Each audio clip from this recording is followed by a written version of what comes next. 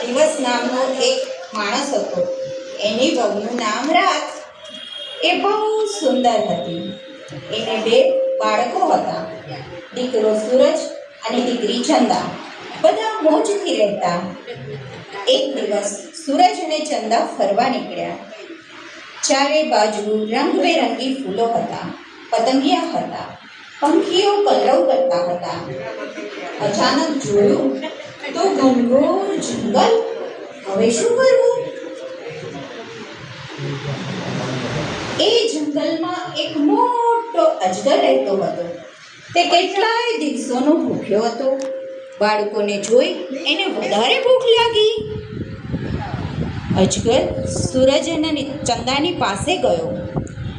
એક ઝાપટામાં બંનેને ગળી ગયો. સરસ જમણ હતું. આરામ કરવા અજગર નદી કિનારે ગયો. આ બાજુ દિવસ અને રાતની ચિંતાનો પાર નહીં. બાળકોને શોધી શોધીને થાક્યા. એક ઝાડની નીચે બેઠા. ઝાડની ડાળ પર 2 કાગડા હતા. એમણે અજગરને જોયેલો. એક કાગડાએ કહી દીધું કે સૂરજ અને ચંદા તો અજગરના પેટમાં છે. દિવસ અને રાત ગભરાયા. રાત એની બહેન ઊંઘ પાસે ગઈ. ઊંઘે સરસ રસ્તો કાઢ્યો. હું અજગરને ઊંઘાડી દઈશ.